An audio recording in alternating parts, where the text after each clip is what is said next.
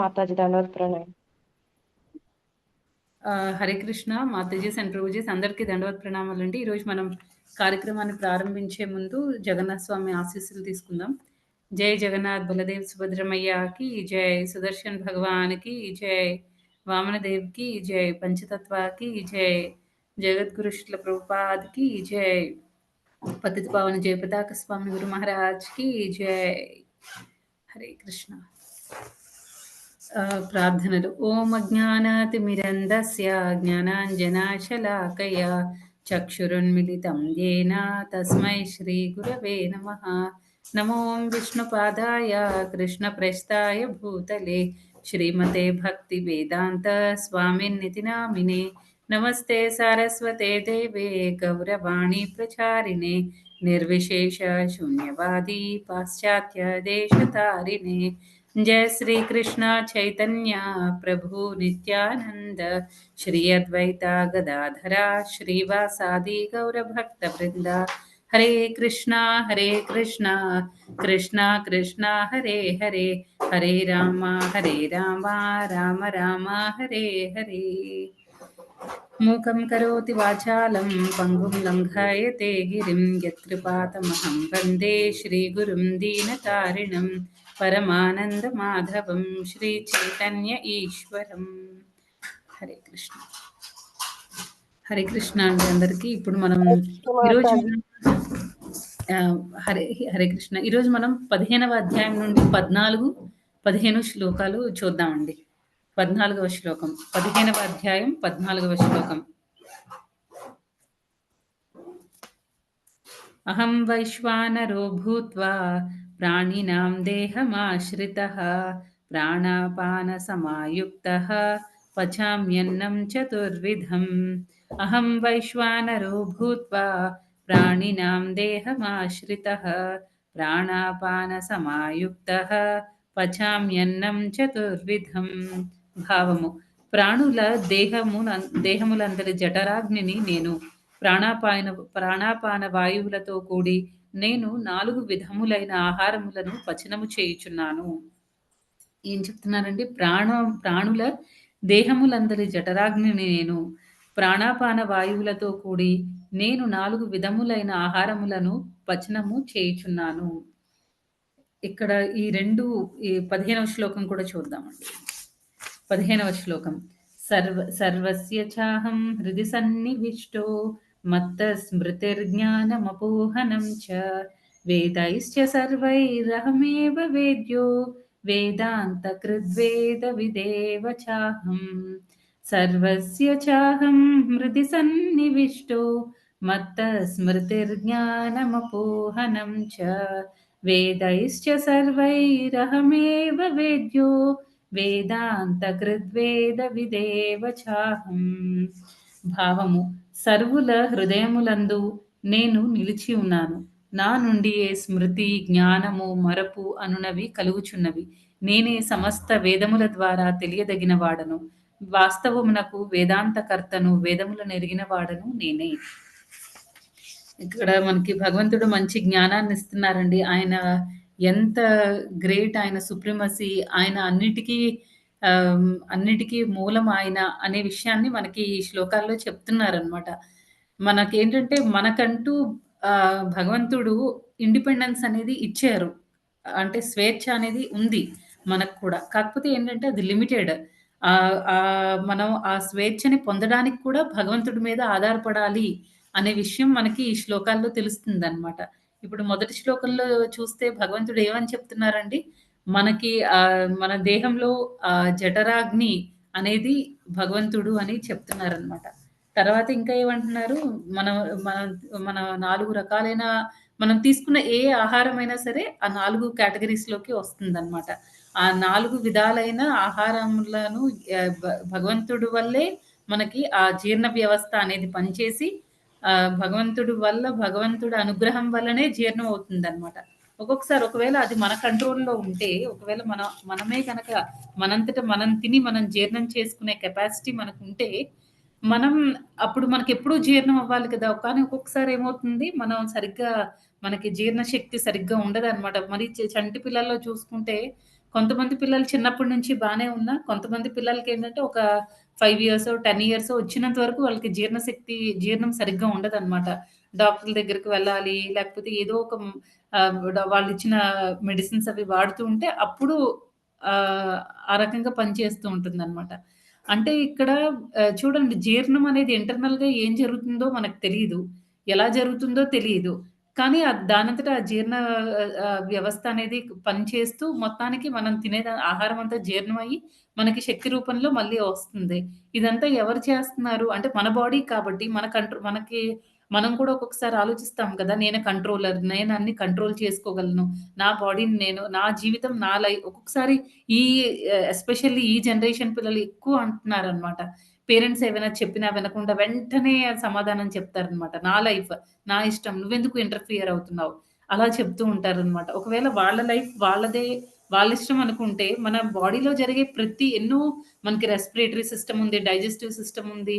ఇవన్నీ కూడా మనకి మనకి బ్రెయిన్‌కి రకరకాల నెర్వ్స్ నుంచి, ఆ నరాల నుంచి వాటి నుంచి మన మెదడుకి చాలా సిగ్నల్స్ వెళ్తూ ఉంటాయి. ఇవన్నీ కూడా ఎలా జరుగుతున్నాయి? తర్వాత ఈ మధ్యనే అంటే మనం చిన్నప్పుడు చదువుకున్నాం కదా! సైన్స్‌లో ఫస్ట్ మనకి కంట్లో రెటీనా ఉంటుందని, ఆ రెటీనా మీద ముందు ఇమేజ్ అంతా రివర్స్‌లో వస్తుంది. తర్వాత బ్రెయిన్‌కి సిగ్నల్ ఎళ్లి మళ్ళీ అవన్నీ ఎలక్ట్రికల్ సిగ్నల్స్ ఫార్మ్‌లో బ్రెయిన్‌కి వెళ్తాయని, మళ్ళీ అవి రిటర్న్ వచ్చి మన కంటి మీద రెటీనా మీద అది కరెక్ట్ ప్రాపర్ ఇమేజ్ కనిపిస్తుందని, ఇదంతా ఒక ప్రాసెస్‌లా జరుగుతుంది. మన సైన్స్‌లో చదువుతూ ఉంటే ఎస్పెషల్లీ ఆ బయాలజీలో చదువుతూ ఉంటే మనకు తెలుస్తుందనమాట. ఓహ్! నా డైజెస్టివ్ సిస్టమ్, నా జీర్ణ వ్యవస్థ ఇలా పనిచేస్తుందా? లేకపోతే నా శ్వాసకి సంబంధించిన వ్యవస్థ ఈ రకంగా పనిచేస్తుందా అని మనకు తెలుస్తుంది. ఇప్పుడు సైంటిస్ట్‌లున్నారనుకోండి, వాళ్ళ ఎక్స్‌పెరిమెంట్‌లవన్నీ చేసి చెప్పారనమాట. మనం ఎన్ని ఎక్స్‌పెరిమెంట్స్ చేసినా, ఏం చేసినా సరే భగవంతుడి అనుగ్రహం లేకపోతే డాక్టర్లిచ్చే ఆ మెడిసిన్స్ కానివ్వండి, ఏవైనా సరే పనిచేయవనమాట. అంటే ఏంటి? మనకి ఇండిపెండెన్స్ అనేది ఉంది. స్వేచ్ఛ అనేది ఉంది కానీ, అది 100% కంప్లీట్‌గా మన బాడీ మీద మనకి కంట్రోల్ ఉన్నంతయితే మనకి లేదనమాట. ఆ విషయం మనం అర్థం చేసుకోవాలిక్కడ. మనకి లిమిటెడ్‌గా ఉందనమాట ఇండిపెండెన్స్. తర్వాత మనం భగవంతుడు సుప్రీం కంట్రోలర్ అయితే, మనం చిన్న కంట్రోలర్స్. మన కొన్ని పనులు నా చెయ్యి ఇక్కడి నుంచి ఇక్కడికి మూవ్ అవ్వాలి అనన్నా, దానికి కూడా నాకు భగవంతుడు ఆ శక్తినిస్తేనే నా చేతిని నేను అటు ఇటు కదపగలుగుతాను. లేకపోతే కళ్ళు అలాగే ఉంటాయి, చేతులు అలాగే ఉంటాయి. అన్నీ అలాగే ఉండిపోతాయన్నమాట. అయితే ఈ జఠరాగ్ని అనేది దేనికంటే ఉదర భాగంలో ఉంటుంది. అది మనకి జీర్ణం కోసం పనిచేస్తుందన్నమాట. తర్వాత ప్రభుపాదులు వారు ఏం చెప్తున్నారంటే 3 రకాలైన అగ్నులుంటాయి అని చెప్తున్నారు. ఫస్ట్‌దేంటి దావాగ్ని. దావాగ్ని జనరల్‌గా ఎక్కడ వస్తుందంటే ఇప్పుడు అడవుల్లో ఆటిల్లో చెట్లు అక్కడంతా బాగా వేడి వల్ల ఒకేసారి ఏమవుతుందంటే కొన్ని రకాలైన చెట్లు రాపిడి చేసుకోవడం వల్ల ఫ్రిక్షన్ ఫార్మ్ అయ్యి అంటే చెక్కలో ప్రొడ్యూస్ అవుతుందనమాట ఈ దావాగ్ని అనేది. తర్వాత ఈ జఠరాగ్ని అనేది మన ఉదర భాగంలో ఉంటుంది. ఉదర భాగంలో ఉంటుందనమాట. ఈ జఠరాగ్ని ఎంత ఎక్కువ ఉంటే మనకి అంత ఆకలి అంటే జఠరాగ్ని వల్ల మనకు ఆకలనేది వేస్తుందనమాట. నెక్స్ట్ ఇంకా ఏంటి వడవాగ్ని అని ఉంటుందనమాట. ఇది జనరల్‌గా సముద్రంలో ఉంటుంది. ఇలా ఏంటంటే ప్రభుపాదుల వారు ఈ 3 రకాలైన అగ్నుల గురించి చెప్పారు. మన ఉదర భాగంలో ఉండేది జఠరాగ్ని అన్నమాట. ఆ జఠరాగ్ని ఉంటేనే మనకు ఆకలేస్తుందన్నమాట. ఇప్పుడు భీముడి గురించి చెప్తారు కదండీ! భీముడిని ఏమంటారు? వృకోదరుడు అంటారు. ఎందుకంటే అతనిలో వృక అనే అతనిలో ఈ అగ్ని అనేది చాలా ఎక్కువగా ఉంటుందన్నమాట. అందుకని ఏ ఏంటంటే అతనికి ఎక్కువ ఆకలేస్తూ ఉంటుంది. అందుకే కదా భీముడు ఈ ఏకాదశులన్నీ ఫాలో అవ్వడు. మన ఈ ఏకాదశి కాకుండా ఆ ముందొచ్చిన ఏకాదశి మనం ఫాలో అయ్యాం మనందరం కూడా. అది పాండవ నిర్జల ఏకాదశి అంటారు. ఎందుకంటే అదొక్కటి భీముడు అదొక్కటి ఫాలో అయ్యాడనమాట స్ట్రిక్ట్‌గా. అది మనం ఫాలో అవుతే మనం అన్ని ఏకాదశులు ఫాలో అయినంత మంచిది అని చెప్తారు. ఆ రోజు కంప్లీట్‌గా వాటర్ కూడా తీసుకోకుండా ఉండాలి అని అంటారు. నెక్స్ట్ ఇంకా ఏంటంటే భగవంతుడు ఇంకా ఏం చెప్తున్నారంటే, ఈ జఠరాగ్ని ఉంటుంది అని చెప్తున్నారు. తర్వాత మనకి ప్రాణాపాయన వాయువులతో కూడి నేను 4 విధములైన ఆహారములను పచనము చేస్తున్నాననే విషయాన్ని చెప్తున్నారు. అయితే ఆ 4 రకాలైన ఆహారాలు ఏంటండి? భక్ష్యాలు. నట్స్ అన్నమాట. నట్స్ అలాంటివన్నీ మనం కొరికి తింటూ ఉంటాం అన్నమాట. భోజ్యం అని అది ఇంకొక రకం. అవేంటి అంటే మింగడానికనమాట. నమిలి మింగుతూ ఉంటాం. అవేంటి అంటే పప్పు, అన్నము, కూర ఇలాంటివన్నీ భోజ్యంలోకొస్తాయి. నెక్స్ట్ లేహ్యం అంటే నాకేవన్నమాట. నాకేవేంటి మనకి ఇప్పుడు తేనె తేనె ఒకటి నాకుతూ ఉంటాము. నెక్స్ట్ చట్నీలు, పచ్చడ్లు అలాంటివన్నీ నాకుతాం కదా! అవన్నీ లేహ్యం కిందకి వస్తాయన్నమాట. నాకి తినేవి. నెక్స్ట్ ఇంకా ఏంటంటే చోష్యములు. చోష్యములంటే ఏంటి? కొరికి తినేవన్నమాట. ఇప్పుడు మనకి కొరికి తర్వాత ఆహ్, హ్మ్, ఆహ్, ఇప్పుడు మనం ఇలా చీకుతూ ఉంటాం కదా! అలాంటివన్నమాట. Like mango. ఇప్పుడు ఆ మామిడి పండు ఉందనుకోండి, మనం చీకి తింటాం అలాంటివి. తర్వాత ఇంకా చెరుకు ఒకటి. చెరుకు కూడా మనం రసాన్ని లోపలికి తీసుకుంటూ ఉంటాం అన్నమాట. ఇలాంటివన్నీ కూడా జోష్యంలోకి వస్తాయి. ఈ 4 రకాలైన ఆహారాల్ని భగవంతుడు ఈ ప్రాణాపాన వాయువులు, ప్రాణాపాన వాయువులు ఎన్ని రకాలంటే 5 రకాలుంటాయన్నమాట. ప్రాణవాయువు అంటే లోపలికి తీసుకునే వాయువు. తర్వాత వ్యాన వాయువు అంటే బయటికి వదిలేది. నెక్స్ట్ ఉదాన అంటే పై భాగంలో మూవ్ అయ్యే వాయువుని ఉదాన అంటారు. నెక్స్ట్ కిందకి వదిలే వాయువునేమో అపాన వాయువు అంటారు. నెక్స్ట్ అన్నీ మనం మొత్తం అన్నీ ఇంటర్నల్ మూవ్‌మెంట్స్ అన్నీ ప్రాపర్‌గా బ్యాలెన్స్‌డ్‌గా జరగాలి అంటే సమాన వాయువు ఉండాలి. తర్వాత మనం ఈవెన్ అంటే ఇస్కాన్‌లోకొచ్చిన తర్వాతయితే మనం ప్రసాదాన్ని భగవంతుడికి ఆఫర్ చెయ్యాలి అంటే గురు ప్రణామ్ మంత్ర అని, తర్వాత పంచతత్వ మంత్ర, కృష్ణుడికి సంబంధించిన ప్రణామ్ మంత్ర, హరే కృష్ణ మహామంత్ర ఇవన్నీ చదువుతున్నాం.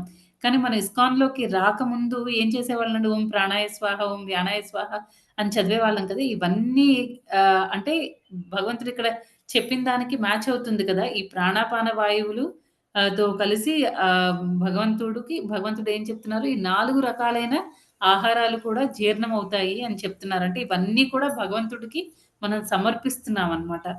అంటే ఆహ్, తర్వాత ఈ 5 రకాల వాయువులు ఎప్పుడైతే ప్రాణ, వ్యాన, ఉదాన, అపాన, సమాన ఈ 5 రకాలైన ప్రాణవాయువులు ఎప్పుడైతే మనకి ఈ శరీరంలో నుంచి బయటకొచ్చేస్తాయో, అప్పుడేమవుతుంది ఆత్మ సెపరేట్ అయిపోతుందనమాట. ఆత్మ కూడా బయటకొచ్చేసినట్టే. ఇంకా బాడీకి ఇంకా అది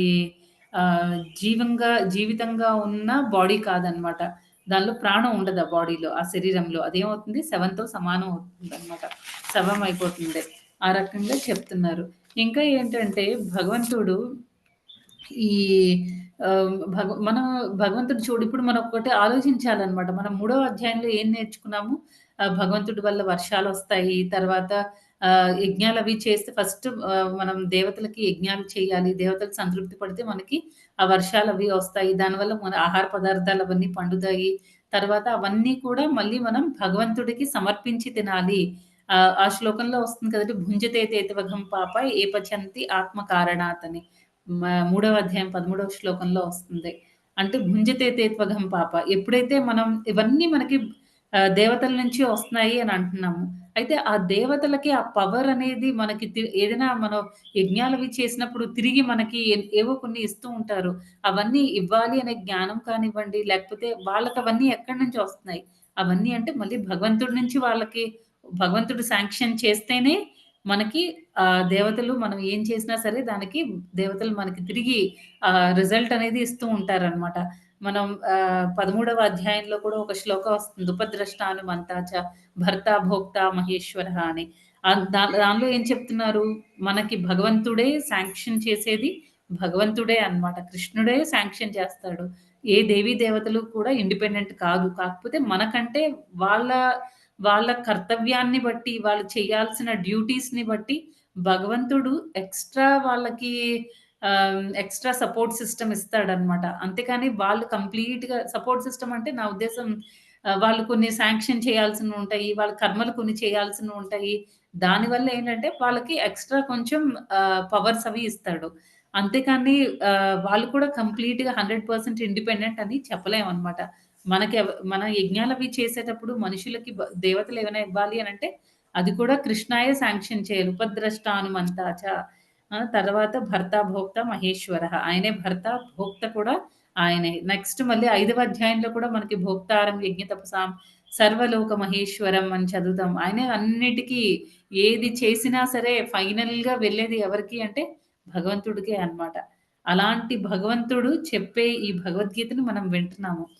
రైట్. ఆ తర్వాత ఆయనేం చెప్తున్నారంటే ఆయన అలాంటి భగవంతుడు, ఆయన దేవాది దేవుడు. అలాంటి ఆహ్, భగవంతుడు మనకి ఏమిస్తున్నారంటే, ఆ డైజెస్టివ్ సిస్టమ్‌లో అదంతా ప్రాపర్‌గా ప్రాసెస్ అంతా కరెక్ట్‌గా జరిగే శక్తిని మనకు ప్రసాదిస్తున్నారు. అంతేనా? అది అది మాత్రమే కాదు. మనం తీసుకునే ఆహారం ఆయనిస్తున్నారు. ఆ వర్షాలు ఆయనిస్తున్నారు. ఇది నేను చేశాను అని మనం చెప్పుకోవడానికి ఈ లోకంలో ఏమీ లేదనమాట.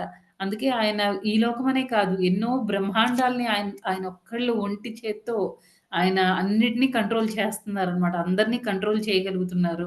ఆయన మనం 13వ అధ్యాయంలో చదువుతాం. మనకి భగవంతుడు క్షేత్రజ్ఞుడనమాట. మనకి ఇద్దరు క్షేత్రజ్ఞులుంటారు. ఒకళ్ళు మన ఆత్మ, ఇంకొకటేమో పరమాత్మ అన్నమాట. భగవంతుడు మన ఇంటర్నల్‌గా ఎప్పుడూ ఉంటారు. ఉండి మనల్ని గైడ్ చేస్తూ ఉంటారనమాట. మనకి ఆహార పదార్థాలు ప్రొడ్యూస్ చేస్తున్నారు ఆయనే. తర్వాత ఆహారాన్ని జీర్ణం చేసుకునే శక్తిని ఆయనే ఇస్తున్నారు. ఆ తర్వాత అంతా జీర్ణమయ్యి, ఎనర్జీగా ఫార్మ్ అయ్యి, మనం అన్ని పనులు మన పనులన్నీ మనం చేసుకుంటున్నాము అంటే, అది ఆయన గొప్పతనమే అన్నమాట. ఇక్కడ మనం క్రెడిట్ తీసుకోవడానికి ఈ విషయంలో ఏదీ లేదన్నమాట. తర్వాత భగవంతుడు ఇంకొక ఇంపార్టెంట్‌ది ఏంటి అంటే, భగవంతుడు ఏం చెప్తున్నారంటే, ప్రతీదీ కూడా ఆయనకి సమర్పించమంటున్నారు. సమర్పించకపోతే భుంజతే తే త్వగం పాప. మనం పాపాన్ని తింటున్నట్టు అని చెప్తున్నారు. ఏమవుతుంది? మనకి ప్రభుపాదుల వారి టైంలో మనకి మనం ఆయన చాలా చాలా హ్మ్, ఈ ప్రసాదం అనే దానికి ఇంతకుముందు కూడా మనం తినేవాళ్ళం. ఇప్పుడు మన చిన్నతనంలో గూడా మన ఇంట్లో ఏదైనా పండగలొచ్చినప్పుడు భగవంతుడికి రకరకాల పిండి వంటలు చేసి నైవేద్యం పెట్టి మనం తీసుకునేవాళ్ళం. అలాగే మనం గుడికెళ్ళినప్పుడు కూడా అక్కడ గుడిలో ప్రసాదం ఇచ్చేవాళ్ళు. కానీ ఏంటి, క్యాజుయల్‌గా తీసుకునేవాళ్ళం. కానీ దాని శక్తి ఏంటి? ఆ ప్రసాదం మహిమ ఏంటి అనేది మనకెప్పుడు తెలిసిందండి? ఇస్కాన్‌లోకొచ్చిన తర్వాత ఇంకా క్లారిటీ వచ్చింది. ఎందుకంటే ప్రభుపాదుల వారు ఈ చాలా ప్రాముఖ్యతనిస్తారనమాట ఈ ప్రసాదం అనే దానికి. ఎందుకంటే ఈ ప్రసాదం అనేది కొంతమందికి ఫిలాసఫీ ఇష్టం ఉండదు. కీర్తనలు ఇష్టం ఉండదు. అసలు భక్తుల సాంగత్యం తీసుకోవడం ఇష్టం ఉండదు. కానీ ఫుడ్ అనేది అందరికీ ఇష్టమే గదండీ! ఎవరైనా సరే తింటారు. అలాంటిది భగవంతుడు స్వీకరించిన ప్రసాదం. అలాంటి దాన్నిస్తే అది ఒక సీక్రెట్ వెపన్ లాగా పనిచేస్తుందనమాట. పనిచేసి నాకు కొంతమంది భక్తి నాకొద్దు, నాకు కృష్ణుడంటే నమ్మకం లేదు, అలాంటివి ఏవేవో చెప్తూ ఉంటారనమాట. కానీ వాళ్ళు కంటిన్యూయస్‌గా ప్రసాదం తీసుకోవడం వల్ల ఏమవుతుంది, వాళ్ళకి తెలియకుండానే అది ప్రసాదం అనేది స్పిరిచ్యువల్ వరల్డ్ నుంచి వస్తదంటారు. ఆధ్యాత్మిక ప్రపంచం నుంచి వచ్చేది. కాబట్టి ఎప్పుడైతే వాళ్ళు ప్రసాదాన్ని లోపలికి తీసుకుంటారో వాళ్ళలో ఆ ట్రాన్స్‌ఫర్మేషన్ అనేది స్టార్ట్ అవుతుందనమాట. అందుకే ఇస్కాన్‌లో ఎక్కువ ఇంపార్టెన్స్ ప్రసాదానికిస్తారనమాట. ప్రభుపాదుల వారి టైంలో ఒకసారి ప్రభుపాదుల వారు చాలా మందిని కూర్చోపెట్టారు. కూర్చోపెట్టి క్లాస్ తీసుకుంటున్నారనమాట. క్లాస్ అంతా అయిపోయింది. అయిపోయిన తర్వాత ప్రభుపాద్ లాస్ట్‌లో అందరిని ఒక్కొక్కళ్ళని అడిగారనమాట. "నువ్వెలా వచ్చావు ఇస్కాన్‌లోకి? నువ్వెలా వచ్చావు?" అని ఒక్కొక్కళ్ళని అడుగుతుంటే అందులో ఒక్కొక్కళ్ళు ఒక్కొక్క ఆన్సర్ చెప్తున్నారు. కానీ మాక్సిమం మంది ఒక 30, 40 మంది ఉంటే ఆ క్లాస్‌లో 95% మంది ప్రసాదం ద్వారా వచ్చాము అని చెప్పారనమాట. మిగతా వాళ్ళేమో బుక్స్. అందుకే ఈ 2 చాలా చాలా పవర్‌ఫుల్ వెపన్స్ అన్నమాట. ఇప్పుడు ఒక అణుబాంబు అలాంటివన్నీ ఎలాంటివో ఈ ప్రభుపాదుల వారి బుక్స్, తర్వాత భగవంతుడికి సమర్పించిన ప్రసాదము. ఈ 2 గూడా అణుబాంబుల్లాంటివన్నమాట. మనకి అణుబాంబులైనా ఇమ్మీడియేట్‌గా అక్కడేదో మనకి బ్లాస్ట్ అయినట్టు అలాంటివన్నీ కనిపిస్తాయి. కానీ ఇవేంటంటే స్లోగా ఇంటర్నల్ ట్రాన్స్‌ఫర్మేషన్ అనేది జరిగిపోతూ ఉంటుందన్నమాట. మనకు తెలియకుండానే జరుగుతుంది ఆ ట్రాన్స్‌ఫర్మేషన్ అంతా. ఒకసారి ఏమైందంటే ఇస్కాన్‌లో ఒక మాతాజీ ఉన్నారు. ఆ మాతాజీ మంచి భక్తురాలనమాట. North Indian. అయితే వాళ్ళకేంటంటే చిన్నప్పుడు అంటే పెళ్ళిళ్ళవ్వగానే పెళ్లయినప్పుడు అమ్మాయితో పాటు వాళ్ళు లడ్డు గోపాల్‌ని ఇవ్వడం వాళ్ళకి సాంప్రదాయం అనమాట. ఆ మాతాజీ అలాగే లడ్డు గోపాల్‌ని ఇంటికి తీసుకొనెళ్లారు. ఇంటికి తీసుకొనెళ్ళిన తర్వాత అన్నీ ఆహ్, అత్తగారింటికి తీసుకొనెళ్ళిన తర్వాత అత్తగారు వాళ్ళ ఇంట్లో ఆహ్, అంటే అత్తగారు వాళ్ళు సెపరేట్‌గా ఉంటారు. హస్బెండ్ సెపరేట్‌గా ఉంటున్నారు.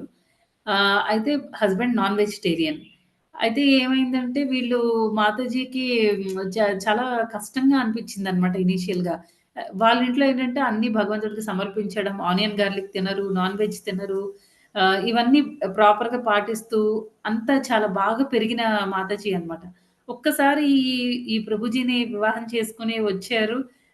ఆ వివాహం అయిన తర్వాత ఇంకా ఏంటంటే మాతాజీ అడ్జస్ట్ అవ్వలేకపోతున్నారు. ప్రభుజీ మానట్లేదు. అలాగని మాతాజీ డైరెక్ట్‌గా చెప్పలేరు. ఇంకేంటంటే మాతాజీ నాన్ వెజ్ కుక్ చేసేవాళ్ళు ప్రభుజీ కోసం. తర్వాత ఆయన ఆనియన్ గార్లిక్ టీ, కాఫీ ఇవన్నీ అలవాటే అన్నమాట. అంటే ఆనియన్ గార్లిక్‌తోనే మామూలుగా అయితే మనకి నాట్ అలౌడ్ అలాగా. కానీ ఈ మాతాజీ ఏంటంటే ఆనియన్ గార్లిక్‌తోనే అలాగా వండడము, పెట్టడం భగవంతుడికి. ఈ ప్రభుజీ ఏమో తీసుకోవడం ఆ ప్రసాదాన్ని భగవంతుడు మన భావాన్ని చూస్తాడు గదా! అలా ఏంటంటే ఈ మాతాజీ దాన్ని రోజు ప్రభుజీకి ఇవ్వడము, ఆయనతో తులసి తినిపించడము, ఇలా అన్నీ చేసేసరికి ఏమైందంటే కొన్ని రోజులు పోయిన తర్వాత ఆయన నాన్ వెజ్ వదిలేసారు. ఆ తర్వాత ఆనియన్ గార్లిక్ వదిలేసారు. ఆ తర్వాత ఇంకా ఆయన కూడా ఆహ్, లడ్డు గోపాల్‌కి సర్విస్ చేయడం స్టార్ట్ చేశారు. తర్వాత టీ, కాఫీ కూడా నాకొద్దని చెప్పేసారు. అసలు లాస్ట్‌కొచ్చేసరికి ఆయనెప్పుడు మానేసారో ఆయనకు కూడా తెలియకుండా అంత ట్రాన్స్‌ఫర్మేషన్ జరిగిందనమాట. ఇదంతా జరగడానికి ఒక 1 ఇయర్ పట్టింది. ఈ 1 ఇయర్ టైమ్‌లో మాతాజీ అంతే ఓపికగా అలాగే అన్నమాట భగవంతుడికి చాలా ప్రార్థించి, ప్రార్థించి మొత్తానికి ఆ ప్రభుజీని మార్చేసారన్నమాట హస్బెండ్‌ని. అలా ఏంటంటే ఈ ప్రసాదం అనేది చాలా పవర్‌ఫుల్‌గా అన్నమాట. చాలా బాగా పనిచేస్తుంది. అందుకే ప్రతి ఇస్కాన్ డివోటీ దగ్గరికెళ్ళినా ప్రసాదం తీసుకోండి. ప్రసాదం తీసుకోకుండా ఎవరిని వదలరన్నమాట. ఎందుకంటే అదంత పవర్‌ఫుల్. నెక్స్ట్ ఇంకా ఏం చేయాలంటే మనం ఈ భగవంతుడి కథ అవన్నీ కూడా అంటే మనకి ప్రసాదం తింటున్నాం సరే. కానీ నెక్స్ట్ స్టేజ్‌లో ఏంటంటే వన్స్ మనకి ఓకే. ఈ ఈ హరికృష్ణ మూవ్‌మెంట్ అనేది సింపుల్ మూవ్‌మెంట్ కాదు. దీనిలో ఏదో ఉంది అని మనకి వన్స్ మనం ఐడెంటిఫై చేసిన తర్వాత స్లోగా మనం నెక్స్ట్ స్టెప్స్ తీసుకోవాలనమాట. నెక్స్ట్ స్టెప్స్ అంటే ఏంటి? ఈ ఆహ్, మనం శ్రవణం చేయడము చాలా ఇంపార్టెంట్ అన్నమాట. ప్రసాదం ఎంత ఇంపార్టెంటో, ఈ శ్రవణం అనేది కూడా చాలా ఇంపార్టెంట్. మనం ఎంత ఎక్కువ వింటూ ఉంటే, రోజంతా కూడా మన చైతన్యం అనేది అదే రకంగా ఉంటుందనమాట. సపోజ్ ఇప్పుడు మీరు రోజంతా మూవీస్ చూస్తున్నారనుకోండి, అప్పుడేమవుతుంది మనం ఏ పని చేస్తున్నా సరే, ఆ మూవీలో ఒక్కొక్క సీన్ గుర్తొస్తూ ఉంటుంది. లేకపోతే ఆ మూవీలో ఏవో డైలాగ్స్ అవి ఉంటాయి కదా! అవి గుర్తుకొస్తూ ఉంటాయి. అలా జరుగుతూ ఉంటుంది. సేమ్ మనకి భక్తిలో గూడా అప్లికబుల్ అనమాట. ఏమవుతుంది మనం రోజంతా అంటే మనకు టైం దొరికినప్పుడల్లా మనం ఎక్కువ శ్రవణం చేస్తున్నామనుకోండి, మనం మనకి మనం ఏ పాయింట్స్ అయితే విన్నామో మనకి ఆటోమేటిక్‌గా ఆ పాయింట్స్ బ్రెయిన్‌లోకి వస్తూ ఉంటాయన్నమాట. మన ఆలోచనల్లో అలా ఫ్లాష్ అవుతూ ఉంటాయి. అది ఎంత మంచిది చెప్పండి. అప్పుడేమవుతుంది రాత్రి పడుకునేటప్పుడు ఆటోమేటిక్‌గా మనకి అవే మనకు కల్లోకొస్తాయన్నమాట. లేకపోతే ఏవైనా మూవీస్ చూసి ఫైటింగ్‌లో లేకపోతే అత్త, కోడలు గొడవలు ఇలాంటివన్నీ చూసామనుకోండి, అవే మనకి రాత్రి పడుకునేటప్పుడు ఒక ఫ్లాష్‌లాగా స్క్రీన్ బై స్క్రీన్ మూవ్ అవుతూ ఉంటాయన్నమాట. అంటే మనకి దీన్ని బట్టి మనం ఏం అర్థం చేసుకోవాలంటే, శ్రవణం అనేది చాలా ఇంపార్టెంట్ అన్నమాట. క్లాసులవి ఎక్కువ వింటూ ఉండాలి. మెయిన్ ప్రభుపాదుల వారివి వింటూ ఉండాలన్నమాట. ఎందుకంటే ఆయన ప్యూర్ డివోటీ కాబట్టి, ఆయన ఫిజికల్‌గా ఇక్కడ లేకపోయినప్పటికీ కూడా మనం ఆయన చెప్పిన లెక్చర్స్ అవి వింటూ ఉంటే మనకి మన మనకు కూడాను కన్విన్స్ అవుతాం అన్నమాట. కొద్దిగా కన్విన్స్ అవుతూ కంప్లీట్‌గా మనకి ఆ నమ్మకం అనేది పెరుగుతుంది భగవంతుడి మీద. తర్వాత ప్రభుపాదుల వారు ఇంకా ఈ ప్రసాదానికి చాలా ఇంపార్టెన్స్ ఇచ్చారు. తర్వాత శ్రవణం, కీర్తనం ఈ 2 కూడా చాలా important. Chanting important. Hare Krishna మహామంత్రాన్ని మనం కంపల్సరీ ప్రతిరోజు జపం చేయాలి. ఇవన్నీ చేస్తూ ఉండాలనమాట. తర్వాత ఇవన్నీ చేసినప్పటికీ కూడా ఫైనల్‌గా ఏంటంటే చూడండి డైజెషన్ అనేది ఒక చిన్న మన బాడీలో ఎన్నో ఉన్నాయి. ఎన్నో రకాల సిస్టమ్స్ ఉన్నాయి. ఎన్నో ప్రాసెస్‌లు మనకు జరుగుతూ ఉంటాయి. మనకు కొన్ని తెలుసు. మన సైంటిస్ట్‌లు కొన్ని కనిపెట్టారు. కొన్ని అవన్నీ మనం నేర్చుకుంటాము. ఏదో మనం థియరిటికల్‌గా చదువుతూ ఉంటామనమాట.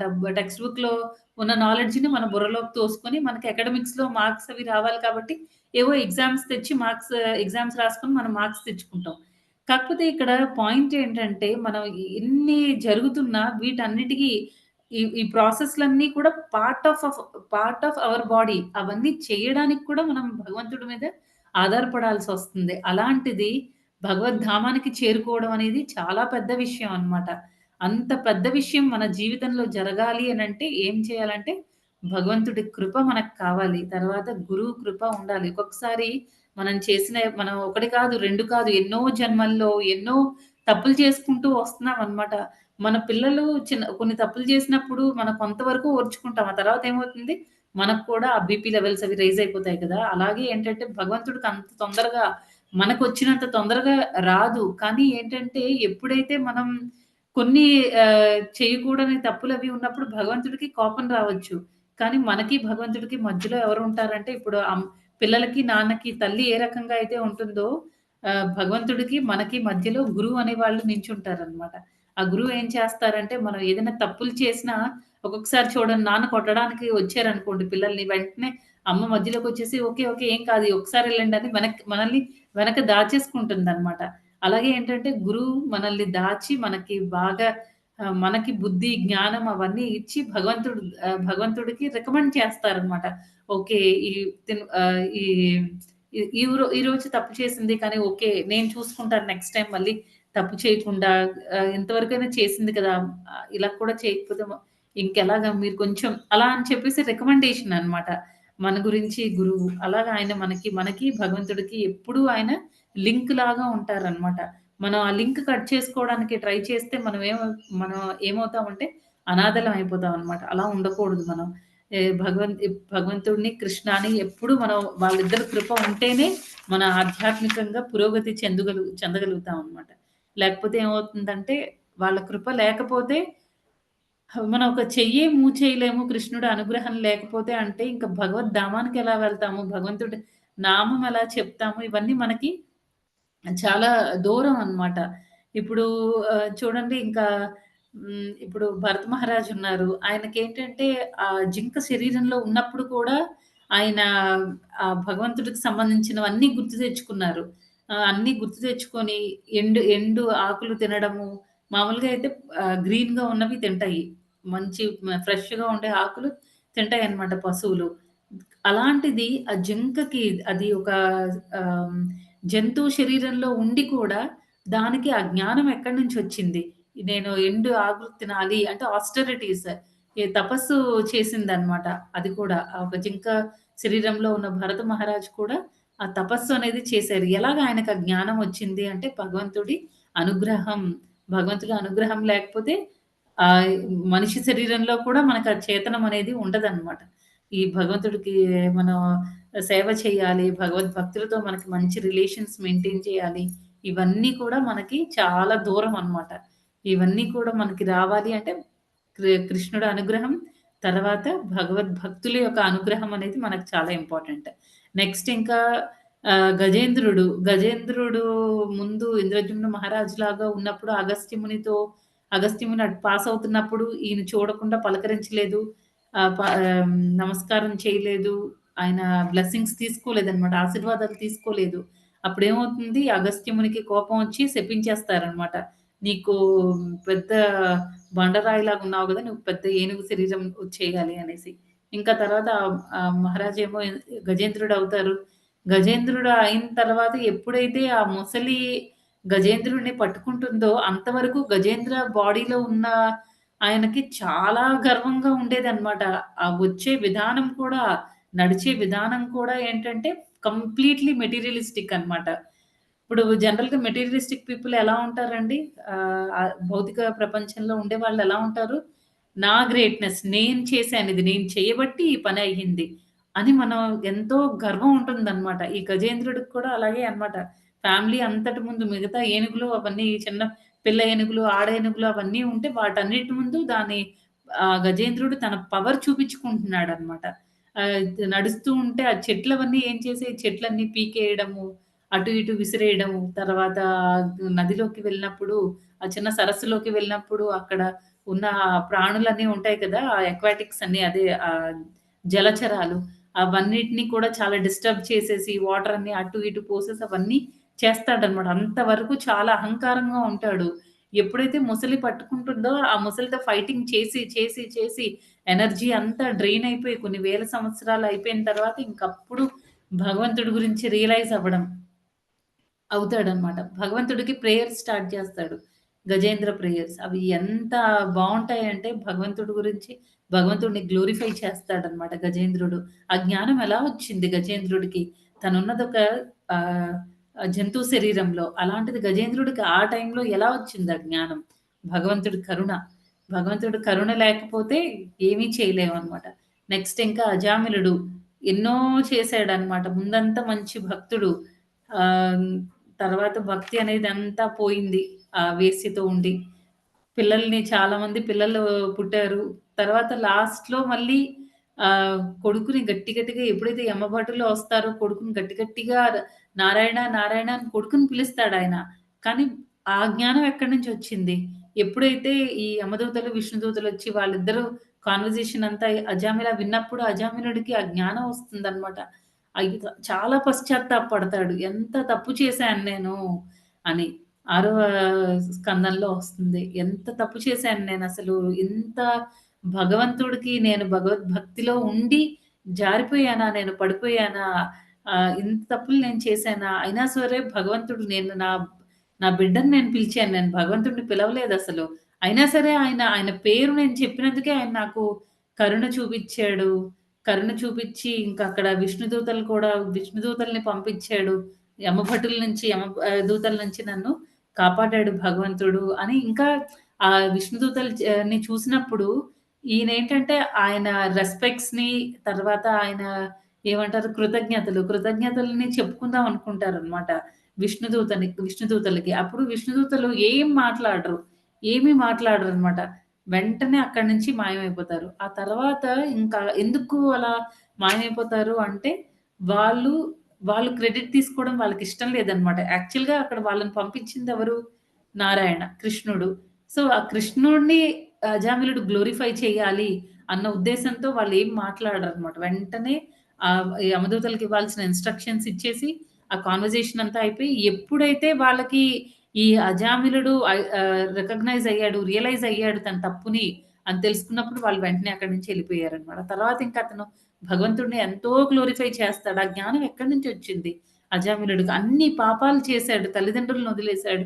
ఎంతో సాత్వికంగా, ఎంతో రిలిజియస్‌గా ఉన్న భార్యను వదిలేసాడు. అన్నీ చేసాడనమాట. తను ఎంతో సేవ చేశాడు భగవంతుడికి ముందు. అదంతా వదిలేసాడు. ఒక బ్రాహ్మణుడికి ఉండాల్సిన క్వాలిటీస్ అన్నిటిని వదిలేసాడు.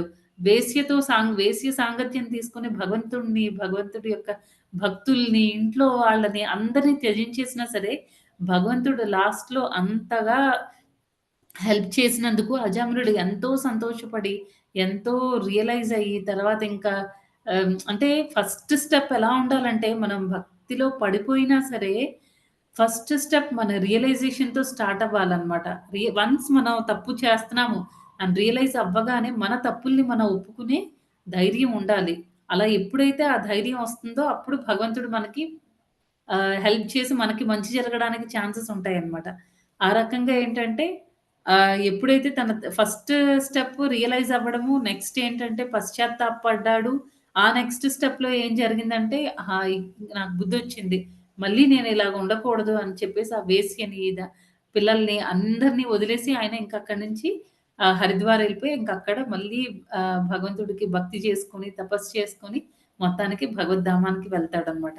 ఇప్పుడు అయితే మనం అజామిలుడు అంత గొప్పవాళ్ళం కాదు. మనకి మళ్ళీ సెకండ్ ఛాన్స్, థర్డ్ ఛాన్స్ భగవంతుడు మళ్ళీ అదే జన్మలో ఇంకొక ఛాన్స్ ఇస్తాడు అనే గ్యారంటీ లేదనమాట. అలాంటప్పుడు మనం ఏం చేయాలంటే ఎప్పుడు అలర్ట్‌గా ఉండి భగవంతుడికి భక్తి చేసుకోవాలి.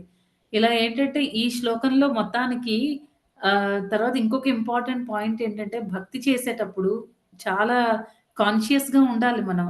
ఏం కాన్షియస్ ఉండాలి అనంటే పూజ, లాభ, ప్రతిష్ఠ ఇవి మనం ఆలోచించకూడదనమాట. ఓకే. అందరూ నన్ను చూస్తున్నారు కాబట్టి నేను బయటకంతా షో వర్క్ చేస్తాను. తర్వాత ఇంటికొచ్చిన తర్వాత అంటే మనం సెంటర్‌కో, టెంపుల్‌కో వెళ్ళినప్పుడు అందరూ మనల్ని ఆహా! ఈ మాతాజీ ఎంత సర్విస్ చేసేస్తున్నారు.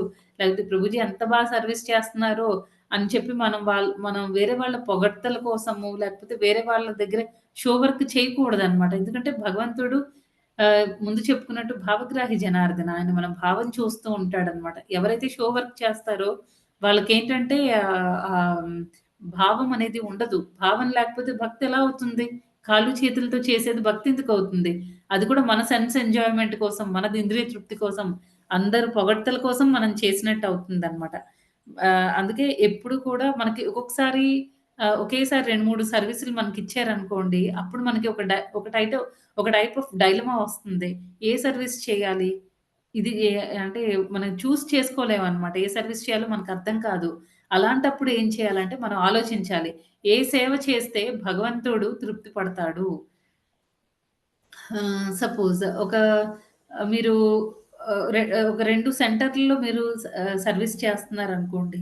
చేసేటప్పుడు అది ఎలా అంటే ఒక సర్వీస్ ఒక సెంటర్‌లో మీకు తెలిసిన వాళ్ళందరూ ఉన్నారు. ఇంకొక సెంటర్‌లో ఏంటంటే తెలిసిన వాళ్ళున్నారు. కానీ మీరంత క్లోజ్ కాదు. అంటే ఇక్కడేంటంటే డివోటీస్‌లో కూడా ఫ్రెండ్స్ ఉంటారు గదా!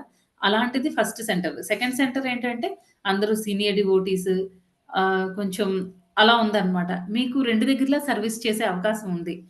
ఒకవేళ మీరు ఫస్ట్‌ది గనక మనం చూజ్ చేసుకుంటే అక్కడేమవుతుందంటే, మన ఫ్రెండ్స్ ఉన్నారు కాబట్టి మనం ఎక్కువ అక్కడికి వెళ్ళడానికి ఇష్టపడతాం. అలాంటప్పుడు ఏమవుతుంది, కాకపోతే రెండో సెంటర్‌లో మన ఏమంటారు మన సేవ అనేది రెండో సెంటర్‌లో ఇంపార్టెంట్ ఫస్ట్ దానికంటే. ఎందుకంటే ఫస్ట్ దానిలో చేసేవాళ్ళు ఉన్నారు. మీకు ఏ సర్వీస్ అయితే దొరికిందో అది చేయడానికి ఆల్రెడీ ఫస్ట్ సెంటర్‌లో ఉన్నారు. సెకండ్ సెంటర్‌లో లేరు. మీ ఫ్రెండ్స్ అందరూ ఫస్ట్ సెంటర్‌లో ఉన్నారు. సెకండ్ సెంటర్‌లో లేరు. ఇప్పుడు ఫస్ట్ సెంటర్‌కెళ్లారనుకోండి అప్పుడేమవుతుంది, అది మన సెన్స్ గ్రాటిఫికేషన్ అవుతుందనమాట. ఎందుకంటే అక్కడ నా ఫ్రెండ్స్ ఉన్నారు. అందుకే నేనెళ్తాను. వాళ్ళతో చేస్తే నాకు హ్యాపీగా ఉంటది. రోజంతా నేను వాళ్ళతో ఎంజాయ్ చేయొచ్చు. అది ఒక మూడనమాట. రెండో సెంటర్‌లో ఏంటంటే ఎవ్వరు అక్కడ నాకిచ్చిన సర్విస్ చేయడానికి నేను తప్ప ఇంకెవరు లేరు. మిగతా వాళ్ళందరూ చాలా మంది ఉండొచ్చు సీనియర్స్. కానీ నాకిచ్చిన సర్విస్ చేయడానికి నేను తప్ప ఇంకెవరు లేరు. అలాంటప్పుడు మనం ఏం చేయాలంటే ఈ స సెకండ్ సెంటర్‌లో మనం సర్విస్ మనం సెలెక్ట్ చేసుకుంటే అదేమవుతుందంటే భగవంతుడి ప్రీత్యర్థం చేసినట్టు అవుతుందనమాట. ఫస్ట్ సెంటర్‌లో మనం సర్విస్‌ని సెలెక్ట్ చేసుకుంటే అదేమవుతుందంటే మన ఇంద్రియ తృప్తి. నా ఫ్రెండ్స్ ఉన్నారు. నేను వాళ్ళతో ఎంజాయ్ చేయాలి. సెకండ్ సర్విస్‌లో ఏంటంటే ఆ సర్విస్ చాలా ఇంపార్టెంట్. మీరు చేస్తే చాలా మంది కృష్ణ దగ్గరికొస్తారు. అలాంటప్పుడు మనం ఆ సెకండ్ దానికి ప్రయారిటీ ఇవ్వాలనమాట. ఆ రకంగా ఏంటంటే మనం డైలమాలో ఉండేటప్పుడు భగవంతుడికి ప్రార్థించుకొని ఆయన మనకి బుద్ధినిస్తారనమాట. ఏది చూజ్ చేసుకుంటే మనకి హ్యాపీగా భగవంతుడిని తృప్తిపరుస్తాము అనేది మనం ఆలోచించుకొని అవన్నీ సెలెక్ట్ చేసుకోవాలనమాట. ఇలా ఏంటంటే ఇవన్నీ చిన్న చిన్న విషయాల్లో కూడా భగవంతుడి హ్యాండ్ ఉంటుందనమాట. భగవంతుడి హ్యాండ్ లేకుండా మనం ఎందుకు పనికిరాము అని అంటే కంప్లీట్‌గా మనం డిపెండ్ అయ్యున్నాము. మన 100% మనకి స్వేచ్ఛ అనేది లేదు అన్నమాట. మనం భగవంతుడి మీద డిపెండ్ అయ్యున్నాము. భగవంతుడిస్తున్నాడు స్వేచ్ఛ. కానీ మనకి తెలీదు అదెలా వాడుకోవాలో. ఇప్పుడు మనకు చిన్న పిల్లలున్నారు. మనం రోడ్డు మీదకి తీసుకొనెళ్తాము. మనం నీకా వాడు స్వేచ్ఛనివ్వాలి నేను అనుకుని రోడ్డు మీద ట్రాఫిక్‌లో వదిలేసామనుకోండి, ఆ పిల్లల పరిస్థితి ఏంటి? అందుకే అందుకే మనం ఏం చేస్తాము, పిల్లల్ని అలా వదలకుండా చేత్తో ఇలా పట్టుకుంటాం అన్నమాట. వాళ్ళ చెయ్యి పట్టుకుంటాం వాళ్ళని జాగ్రత్తగా ఉంచడానికి. అదే రకంగా ఏంటంటే భగవంతుడు మనకి ఈ మాత్రం స్వేచ్ఛ ఇస్తేనే మనలో చాలామంది అన్నిటిని కూడా ఎక్స్‌ప్లాయిట్ చేసేయడానికి, వేరే వాళ్ళని నాశనం చేయడానికి ఈ రకంగా వాడుకుంటున్నారు మనుషులు. మనకు కొంచెం స్వేచ్ఛ ఇస్తేనే అలాంటిది మనకి 100% స్వేచ్ఛ ఇస్తే మనం ఏం చేస్తామో మనల్ని మనం ఎలాగో చేసుకుంటాము. వేరే వాళ్ళకి కూడా మనం చాలా హాని చేస్తామనమాట. అందుకని అలా ఈ 14థ్ శ్లోకాలో డిపెండెన్సీ గురించి చెప్తున్నాడనమాట. నెక్స్ట్ 15థ్ శ్లోక చూద్దాం. 15థ్ శ్లోకాలో ఏం చెప్తున్నారంటే సర్వుల హృదయములందు నేను నిలిచి ఉన్నాను. నా నుండియే స్మృతి, జ్ఞానము, మరుపు అనునవి కలుగుచున్నవి. నేనే సమస్త వేదముల ద్వారా తెలియదగిన వాడను. వాస్తవమునకు వేదాంత కర్తను, వేదములు నెరిగిన వాడను నేనే అని చెప్తున్నారు. అయితే ఇక్కడ భగవంతుడేంటంటే ఆహ్, భగవంతుడు నేను అందరి హృదయ స్థానంలో భగవంతుడు ఉన్నాడు అని చెప్తున్నారనమాట. మనం 13వ అధ్యాయంలో చెప్పుకున్నట్టు మనకి 2 రకాలైన ఆత్మలు ఉంటాయన్నమాట. ఒకటి మన ఆత్మ, మన ఇండివిడ్యువల్ ఆత్మ. ఇంకొకటేమో లోకలైజ్డ్ పరమాత్మ. భగవంతుడు మన హృదయ స్థానంలో మన ఆత్మతో పాటు ఉంటారనమాట. అందుకే పూర్వజన్మలో చేసిన కర్మలు గానివ్వండి, అవన్నీ మనం మర్చిపోతాము. మర్చిపోయి ఏముంది అయ్యో! నాకు ఏదో మనకి ఈ జన్మలో ఏమైనా కష్టాలొస్తే ఫస్ట్ మనం తిట్టేది భగవంతుడినే అన్నమాట. మన పేరెంట్స్‌ని మనం, పిల్లల్ని అదంతా సెకండరీ. ఫస్ట్ ఏంటంటే కృష్ణ. ఇదిగో నిన్నెంత నమ్ముతున్నాను, నేనిన్ని చేస్తున్నాను. నీకోసం నేను నిర్జల ఉపవాసాలు ఉంటున్నాను. తర్వాత అన్ని రకాల సేవలకెళ్తున్నాను. కానీ నువ్వు మాత్రం నన్ను పట్టించుకోవు. నువ్వు నాకెందుకిలా చేసావు? ఎందుకిలా చేసావు? అని మనం చాలా బాధపడిపోతూ ఉంటాం అన్నమాట. కానీ కారణం ఏంటంటే మనకి గుర్తుండదు. భగవంతుడు మనకి ఆ జ్ఞాపక శక్తి అంతా ఇచ్చేసాడనుకోండి. పూర్వజన్మలో మనకెన్నో కోట్ల జన్మలు మనం తీసుకొనుంటాం. ఆ జన్మలో జరిగినవన్నీ అన్నిటికి సంబంధించిన విషయాలన్నీ మనకి గుర్తుండేటట్టు చేసాడనుకోండి, పిచ్చోళ్ళం అయిపోతాం అన్నమాట. కొన్నిసార్లు ఒక్కొక్క చిన్న విషయం చూద్దాం చూడండి. ఒక్కొక్కసారి ఏమవుతుంది, మనం వేరే వాళ్ళకి మన ఫ్రెండ్స్ కానివ్వండి, లేకపోతే మన ఇంట్లో వాళ్ళకి కానివ్వండి, మనం ఎంతో మంచి చేస్తాం. చాలా మంచి చేస్తామనమాట. వాళ్ళు మనల్ని పట్టించుకోకపోయినా సరే, అదే పనిగా వాళ్ళు ఏదో ఒక రోజు మారకపోతారా అని చెప్పేసి మనం ఏంటంటే వాళ్ళని అలా పట్టుకొని వాళ్ళకి హెల్ప్ చేసి వాళ్ళని ఎలాగైనా సరే మన నువ్వు మంచిదానివి లేకపోతే నువ్వు మంచోడివి అనిపించుకోవడానికి మనం చాలా ట్రై చేస్తాం. కానీ ఏమవుతుంది ఎంత చేసినా సరే వాళ్ళు మనల్ని తిట్టారనుకోండి, అప్పుడు మనకేమవుతుంది ఇంక అదే పనిగా ఆలోచిస్తాం. ఎందుకు నన్నిలా అన్నారు? ఇన్ని రోజులు నేను చేసిందంతా ఏమైపోయింది? ఎంత నేను బాధపడ్డాను, ఎంత ఇష్టపడ్డాను. తర్వాత కానీ ఎందుకిలా అన్నారు? ఎందుకిలా అన్నారని కొన్ని నెగెటివ్ విషయాలనే మనం గుర్తుపెట్టుకొని ఆలోచించుకొని ఒక్కొక్కసారి నిద్ర పట్టదు. ఒక్కొక్కసారి మనం సరిగ్గా తినలేము. ఏ పని చేయబుద్ధి కాదు. ఎక్కడ కూర్చున్నా ఏడుస్తూనే ఉంటాము. అలాంటి సిట్యుయేషన్‌ను మనలో చాలామంది ఫేస్ చేసుంటారు. చూడండి కొన్ని నెగెటివ్స్‌ని మనం యాక్సెప్ట్ చేయలేకపోతున్నాం. అది కొద్ది రోజుల క్రితం జరిగినవో, లేకపోతే ఈ రోజు జరిగిందో మనం యాక్సెప్ట్ చేయలేకపోతున్నాం. ఈ మాత్రం గుర్తుపెట్టుకుంటేనే. ఎన్నో రోజులు గుర్తుపెట్టేసుకుంటాం మనం. అవసరం ఉన్నా లేకపోయినా గుర్తుపెట్టుకుంటాం. అలాంటిది భగవంతుడు ఎన్నో జన్మల్లో మనం చేసినవన్నీ గుర్తు పెట్టుకునేటట్టు చేశాడనుకోండి, మన పరిస్థితి ఏమవుతుంది? అసలు ఒక రోజు కాదు కదా! ఒక్క క్షణం కూడా మనం బతకలేమనమాట. చచ్చిపోతాం. అందుకని భగవంతుడు ఏం చేశారంటే, ప్రీవియస్ మనం చేసినవన్నీ ఆయన గుర్తుపెట్టుకున్నారు. అవన్నీ మనకి మన మన జ్ఞాపక శక్తిలోంచి తీసేసి, ఆయన ఏమిచ్చారు అదే మరపు అన్నమాట. మర్చిపోయేటట్టు చేశారు. ఏది ఇప్పుడు మనకు అవసరమో, మనకి చూడండి భగవంతుడికి చేసిన భక్తి, లేకపోతే మనం పుణ్యకర్మలు చేసినప్పుడు మనకి వాటి వల్ల వచ్చిన రిజల్ట్, దానివల్ల మనకి ఏదైనా మంచి జరగాల్సినుంటే అవి అలాంటి జ్ఞానము అవన్నీ ఇచ్చాడనమాట. అవన్నీ మనకి ఈ జన్మలో ఇచ్చి, ఓకే. ఈ ఫెసిలిటీస్ అన్నీ నీకిచ్చానమ్మా. నువ్వు ముందు జన్మలో చేసినవన్నీ నువ్వు గుర్తుపెట్టుకుంటే పిచ్చిదానివయిపోతావు. లేదా చచ్చిపోతావు. అందుకే నువ్వు చేసిన ఈ మంచి వల్ల నీకీ మంచి అంతా జరుగుతుంది. అది నువ్వు ఉపయోగించుకొని ముందుకు వెళ్ళు. ఇంకా ముందుకు వెళ్ళాలి అని భగవంతుడు మనకి పాజిటివ్స్‌నిచ్చారు. నెగెటివ్స్ మాత్రం భగవంతుడి దగ్గర పెట్టుకున్నారనమాట. అలా ఏంటంటే ఈ ఆ రకంగా భగవంతుడు మనకి ప్రతి స్టేజ్‌లో మనకి గుర్తుండదు. మనం ఎన్ని ఎన్ని చేసామో అవేం మనకు గుర్తు లేకపోయినా భగవంతుడు అన్నీ గుర్తుపెట్టుకొని, మనకి ప్రతి స్టేజ్‌లో అడుగు అడుగునా కూడా భగవంతుడు ఉండి మనకి హెల్ప్ చేస్తున్నారనమాట. భగవంతుడు మనకి మనం ఇందాక చెప్పుకున్నట్టు ఏ జ్ఞానమైతే మనకు అవసరమో ఆ జ్ఞానాన్ని మనకిస్తున్నాడు. ఏ విషయాలైతే మనం మర్చిపోవాలో అవి మర్చిపోయినట్టు చేస్తున్నాడు. నెక్స్ట్ ఇంకా భగవంతుడిని మనం స్మరించుకునే ఆ శక్తిని కూడా భగవంతుడే మనకి ఇస్తున్నారనమాట. ఇంకా ఏం చెప్తున్నారంటే, సమస్త వేదముల ద్వారా తెలియదగిన వాడను. అయితే ఈ వేదాలనేవి ముందు ఈ వేదాల వల్ల లాభం ఏంటి అంటే, మనకి వేదాలలో కర్మకాండ అనే అన్నీ కవర్ అయిపోతాయన్నమాట ఈ వేదాలన్నిటిలో. వేదాల్లో అన్ని యాస్పెక్ట్స్ కూడా కవర్ అవుతాయి. లైక్ ఏంటంటే, మనం ఈ భౌతిక జీవితాన్ని ఎలాగ మనం ఆనందంగా ఉంచుకోవాలి, మనం ఏదైనా తప్పులు చేస్తే ఆ తప్పులకి రెమెడీస్ ఏంటి, పరిహారాలేంటి, అవన్నీ కూడా వేదాల్లో ఉన్నాయి. ఇంతేనా అంటే మనం చదువుతున్న ప్రతి సబ్జెక్టు కూడా అంటే ఈ సోషలు, తర్వాత కాస్మాలజీ గురించి అంటే ఈ నక్షత్రాలు, తర్వాత ఈ గ్రహాలు ఇవన్నీ ఎలా పనిచేస్తున్నాయి, సూర్యుడు ఎలా తిరుగుతున్నాడు, ఆ తర్వాత ఈ బ్రహ్మాండాలు ఇవన్నిటికి నాలెడ్జ్ అన్నీ మొత్తం వేదాలలో లేనిదంటూ ఏం లేదనమాట. అన్ని నాలెడ్జ్‌లు కూడా కంప్లీట్‌గా భగవంతుడు ఈ వేదాల్లో ఇచ్చారనమాట. భగవంతుడే వేదాంతకర్త. ఎందుకు అంటే ఈ భగవంతుడు వ్యాస మహర్షిలాగా వచ్చి ఆ వేదాలన్నీ ఫస్ట్ ఒకటే వేదం ఉండేదనమాట. భగవంతుడు నుంచి డైరెక్ట్‌గా ఆయనకి నాలెడ్జ్ వచ్చింది. ఫస్ట్‌లో ఏంటంటే పూర్వకాలంలో అప్పట్లో అంటే కొన్ని యుగాల క్రితము ఈ సత్య, ద్వాపర, త్రేతా యుగాల్లో ఏంటంటే జనాలు చాలా నాలెడ్జబుల్‌గా ఉండేవారనమాట. వాళ్ళకెంతో జ్ఞానం ఉండేది. అందుకే ఏంటంటే వాళ్ళు మనలాగా ఈ బుక్స్‌లో రాసుకొని, తర్వాత రన్నింగ్ నోట్స్‌లు రాసుకోవడాలు, తర్వాత వేరే వాళ్ళకి మనం ఇలా ఎక్స్‌ప్లెయిన్ చేస్తున్నప్పుడు బుక్ ముందు పెట్టుకొని ఎక్స్‌ప్లెయిన్ జేయడాలు, ఇవన్నీ లేవనమాట. ఈ భగవద్గీత బుక్ చదవడం, భాగవతం బుక్ చదవడాలు అవేం లేవు. అప్పుడేంటంటే అంతా వినడం, శ్రవణం చేయడం అన్నమాట. శ్రవణం చేస్తున్నప్పుడే వాళ్ళ మనసులోకి ఆ విషయాలన్నీ గ్రహించుకునేవాళ్ళు. ఎప్పుడైనా మళ్ళీ తిరిగి చెప్పాలంటే చెప్పగలిగేవాళ్ళనమాట. అంత కెపాసిటీ ఉండేది. శృతిధార మీద వాళ్ళు డిపెండ్ అయ్యి ఉండేవాళ్ళనమాట.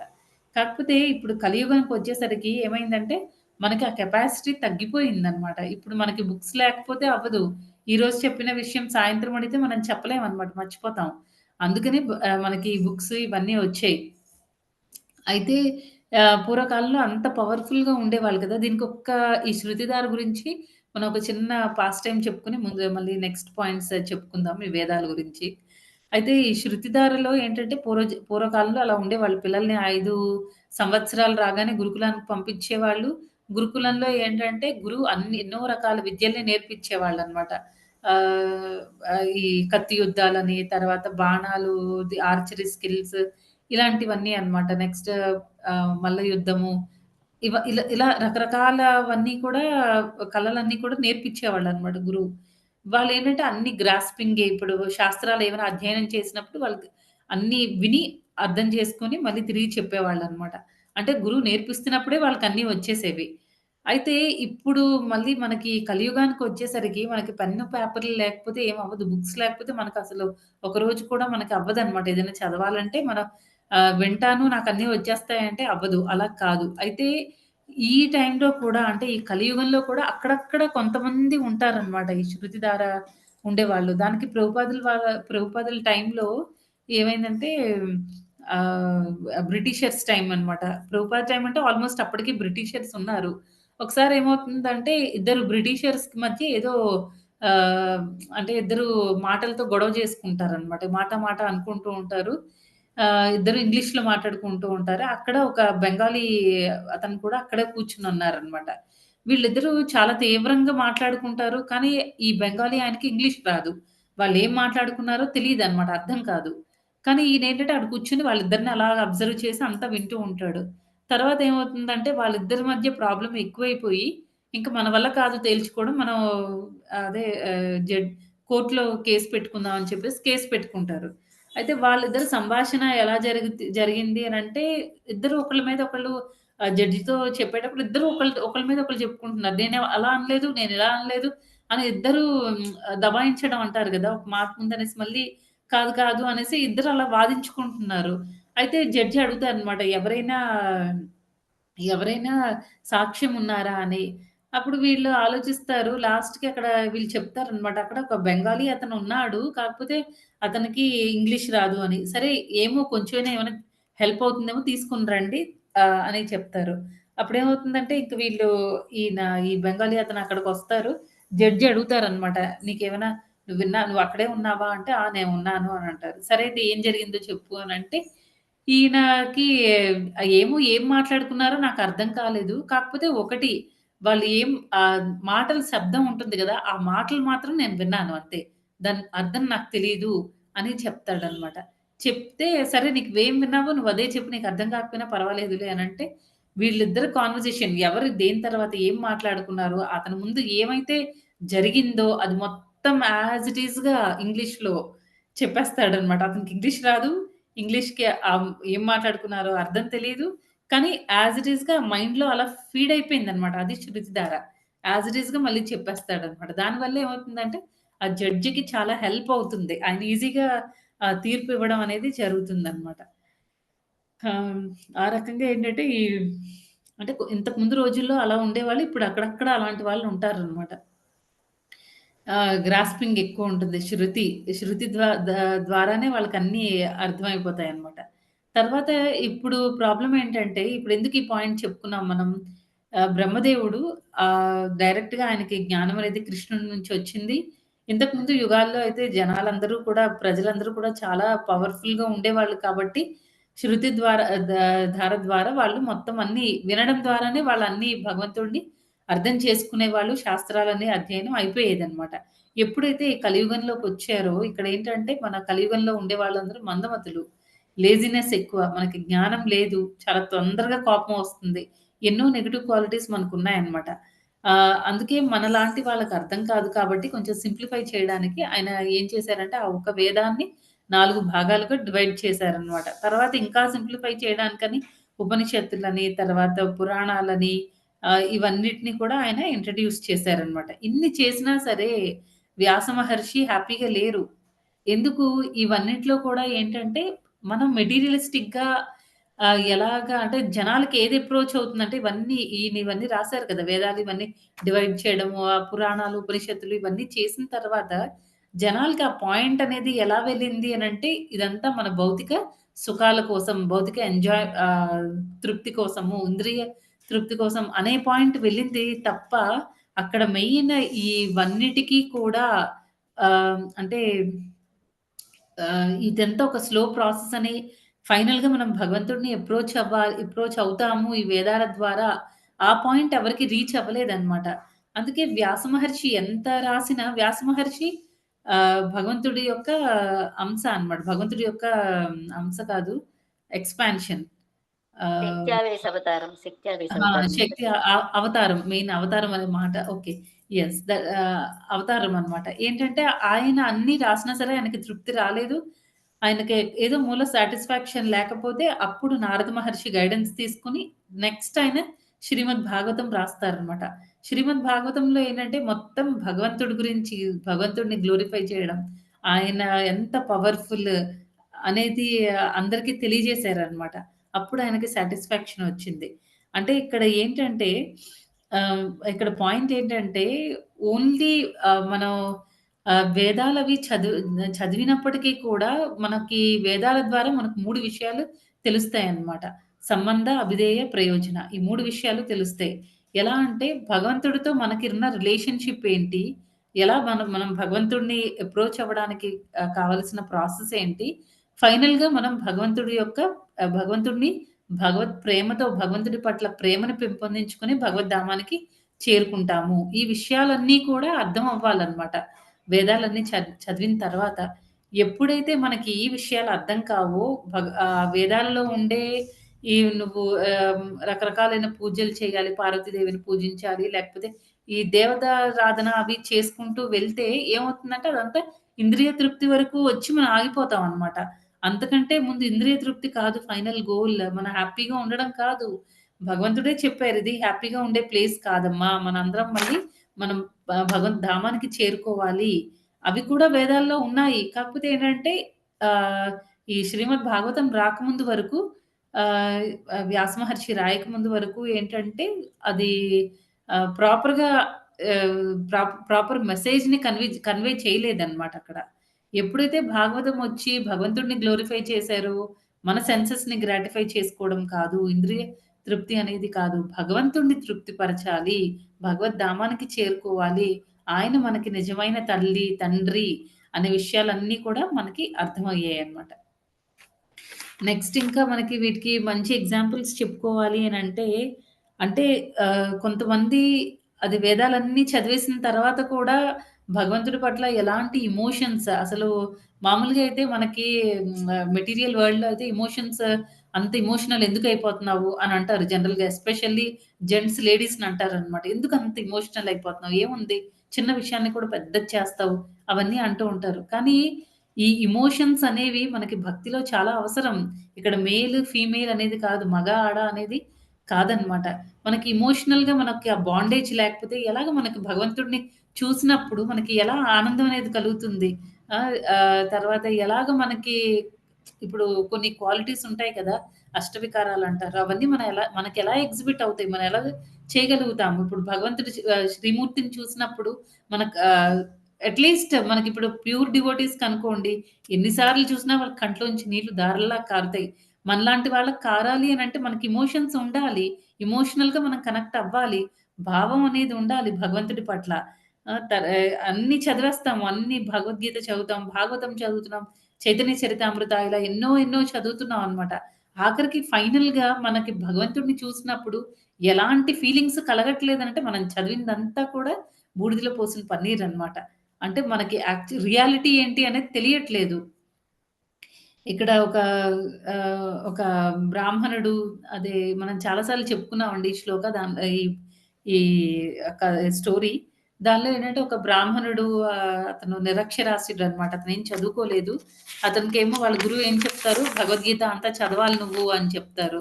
"నువ్వు భగవద్గీత అంతా చదువు" అంటారు. ఈయన చదువుకోలేదు. అయినా సరే ఆయన కూర్చొని భగవద్గీత చదువుతూ ఉంటారు. అదే టైంలో చైతన్య మహాప్రభు సన్యాసి తీసుకున్న టైం అన్నమాట. ఆయన సౌత్ ఇండియన్ టూర్‌కి వస్తారు. సౌత్ ఇండియా మొత్తం ప్రచారం చేయడానికి వస్తారనమాట. అలా వచ్చినప్పుడు ఆయన ఈ బ్రాహ్మణుడిని చూస్తారు. ఈ బ్రాహ్మణుడేమో ఆ బుక్‌ని సరిగ్గా పట్టుకొని కూడా పట్టుకోరు. అతను పట్టుకొని అలా ఏడుస్తూ ఉంటారనమాట.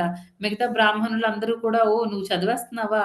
ఓహ్! నువ్వు భగవద్గీత చదువుతున్నావా? నిన్న 5వ అధ్యాయం అయింది. ఈరోజు 6వ అధ్యాయం చదువుతున్నావా?" "ఏం చదివావు? మాకు కొంచెం ఎక్స్‌ప్లెయిన్ చేస్తావా?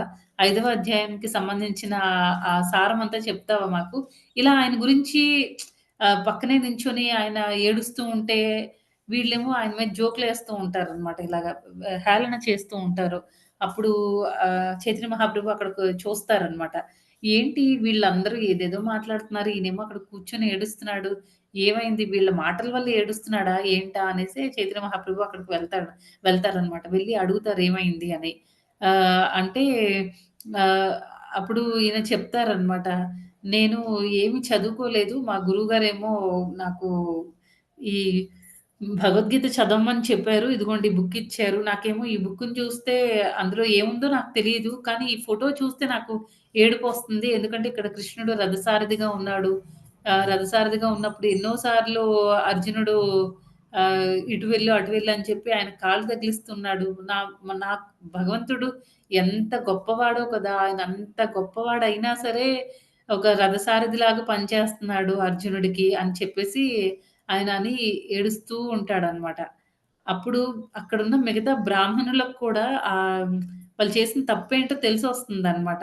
ఈయన నిజంగా అప్పుడు చైతన్య మహాప్రభు ఆయన్ని కౌగిలించుకుంటారనమాట. "నువ్వు ఎంత నువ్వేం చదువుకోకపోయినా సరే భగవద్గీత సారం మొత్తం నీకర్థమైపోయింది. ఏ వేదాలు చదువుకోకపోయినా" అంటారు రివర్స్ కూడా ఉంటుందనమాట. ఇప్పుడు వేదాలన్నీ చదువుకుని మనం కృష్ణుడే దేవాది దేవుడు అనే కంక్లూజన్‌కి రావడం అదొకటి. ఇంకొక పార్ట్ ఏంటి అంటే మనం భగవంతుడు కృష్ణుడే దేవాది దేవుడు అని మనం ఎప్పుడైతే 100% నమ్ముతామో అలాంటి వాళ్ళు ఏ వేదాలు చదవకపోయినా సరే అన్ని వేదాలు చదివిన దాంతో సమానం అని చెప్తారనమాట. అంటే మనకి ఆ ఫెయిత్ డెవలప్ అవ్వాలి అన్నీ చదివిన తర్వాత. అన్నీ రోజు చదివేస్తాం. కానీ మనలో ఏ ట్రాన్స్‌ఫర్మేషను లేదు.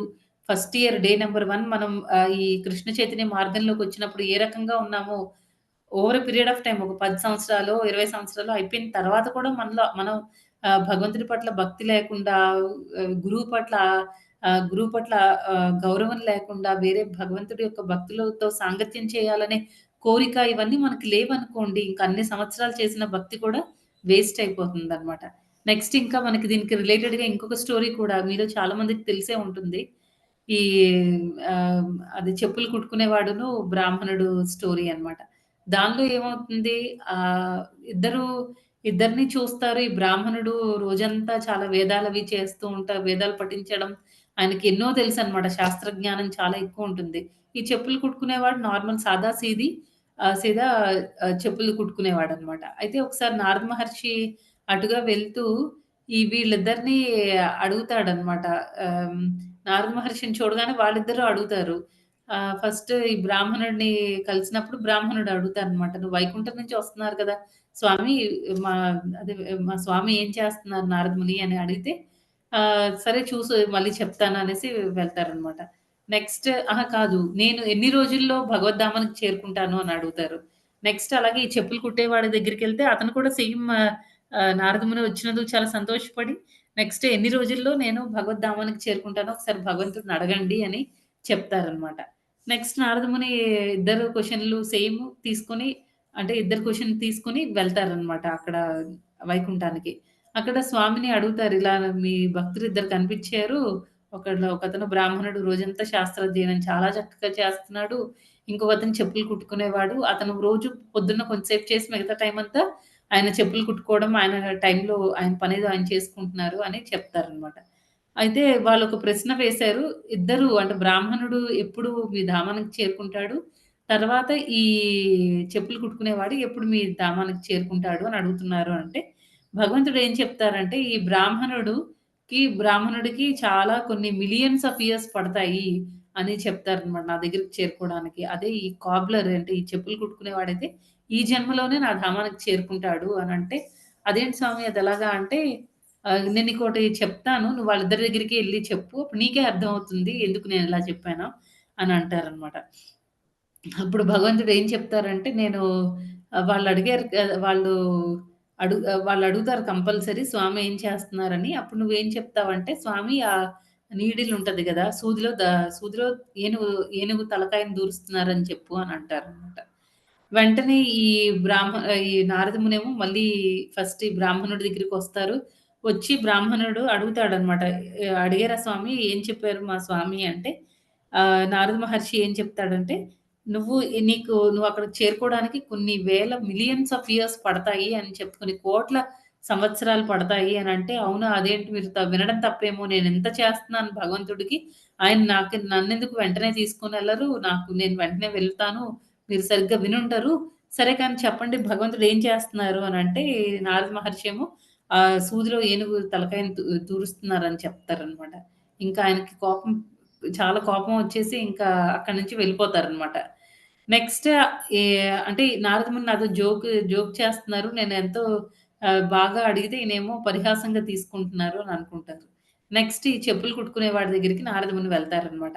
నారదముని వెళ్ళగానే ఆయన చాలా సంతోషపడిపోయి స్వామి ముని లైక్ నారదముని మీరక్కడి నుంచే వస్తున్నారా? మా స్వామి ఏం చెప్పారు నా గురించి నేనెప్పుడు వెళ్తానంట అంటే, "నువ్వు ఈ జన్మలోనే వెళ్తావు" అనంటే చాలా సంతోషపడతాడనమాట.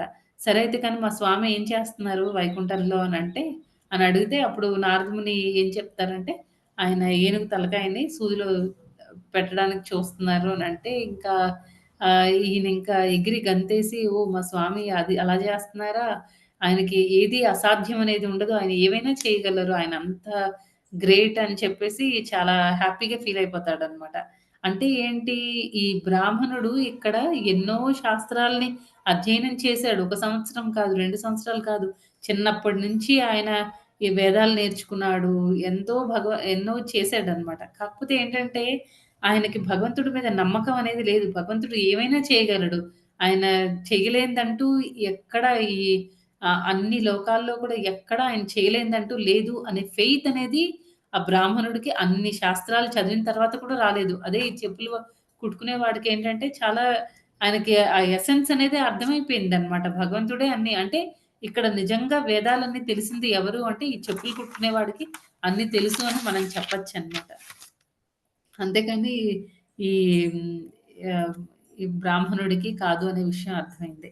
మొత్తానికి ఇక్కడేంటంటే భగవంతుడు వేద్ ఏం చెప్తున్నారంటే అందరి హృదయాల్లో పరమాత్మలాగా ఉంటాను అని చెప్తున్నారు. తర్వాత మనకి జ్ఞానము, స్మృతి, అపోహ మరుపు అవన్నీ కూడా భగవంతుడే ఇస్తున్నారని చెప్తున్నారు. నెక్స్ట్ అన్ని వేదాలు చదివిన తర్వాత ఫైనల్‌గా భగవంతుడే దేవాది దేవుడు అనే కంక్లూజన్‌కి రావాలి. నెక్స్ట్ వేదాంత కర్త కూడా భగవంతుడే వ్యాస మహర్షిలాగా వచ్చి ఆయన వేదాంత సూత్రాల్ని వాటన్నిటిని ఆయన రాయడం జరిగింది. నెక్స్ట్ ఇంకా ఏంటంటే భగవంతుడికి మెయిన్ సోర్స్ ఆఫ్ వేద వేదాలకు సంబంధించిన జ్ఞానానికి మూల కారణం ఎవరైనా ఉన్నారు అంటే అది భగవంతుడే అన్నమాట. ఆయన నుంచి బ్రహ్మదేవుడికి ఆ తర్వాత మిగతా వాళ్ళందరికీ వచ్చింది అని చెప్పొచ్చు. అది. అదండి ఈరోజు శ్లోకాలు. ఈరోజు 14, 15 శ్లోకాలు. హరే కృష్ణ మాతాజీస్ అండ్ రోజీస్ ఎవరికైనా ఏమైనా ప్రశ్నలుంటే అడగండి. హరే కృష్ణ మాతాజీ దండోత్ ప్రణామాలు మాతాజీ. హరే హరే కృష్ణ కృష్ణ హరే కృష్ణ మాతాజీ దండవత్ ప్రణామం. హరే హరే కృష్ణ కృష్ణ మాతాజీ ధన్యవాదాలండి. హరే కృష్ణ మాతాజీ దండవత్ ప్రణామం. దండోత్ హరే కృష్ణ మాతాజీ ధన్యవాద హరే హరే కృష్ణ మాతాజీ. హరే హరే కృష్ణ కృష్ణ కృష్ణ హరే కృష్ణ మాతాజీ దండవత్ ప్రణామాలు మాతాజీ. మాతాజీ మీరు స్టోరీస్ చెప్పినట్లు మాతాజీ ధన్యవాద ప్రణామాలు. మాతాజీ మీరు చెప్పినట్లు ఆయన సర్వ కారణాలకి ఆయన కారణుడు అనేది చాలా అద్భుతంగా చెప్పారు మాతాజీ. ఇంకోటి మీరు చెప్పారు కదా, ఒక తల్లి గనక బిడ్డని కొడుతుంటే తండ్రి గనక కొడుతుంటే తల్లి ఎలా అడ్డం వస్తుంది, అలా గురువు కూడా మనల్ని భగవంతుడి దగ్గరికి ఆ విధంగా జాగ్రత్తగా మనల్ని చూసుకుంటూ తీసుకెళ్తారు అనేది చాలా అద్భుతంగా ఉంది మాతాజీ. ఆ ఎగ్జాంపుల్ అనేది అసలు చాలా అద్భుతమైన విషయాలు చెప్పారు మాతాజీ ఈరోజు క్లాస్ లో. ఆ భక్తుల కథలు గాని చాలా అద్భుతంగా ఉంది మాతాజీ. హరే కృష్ణ. హరే కృష్ణ మాతాజీ. హరే కృష్ణ మాతాజీ. హరే ఒక కృష్ణ చిన్న ప్రశ్న మాతాజీ. ఈ గజేంద్ర మోక్షంలో ఉన్న ఇంద్రద్యుమ్న మహారాజు ఇక్కడ మన పూరి అది వేరు మహారాజు ఒక్కడే. వేరు Prabhuji. Okay Maharaj, thank you Maharaj. Mataji Hare Krishna. Hare Krishna Prabhuji. Hare Krishna Mataji దండవత్ ప్రణామాలు. హరే కృష్ణ మాతాజీ దండవత్ ప్రణామం. ఓకే మాతాజీస్, దెన్ ఎవరికి ఏం ప్రశ్నలు లేకపోతే మనం స్టాప్ చేసేద్దామండి. ఏం డౌట్స్ లేవు మాతాజీ.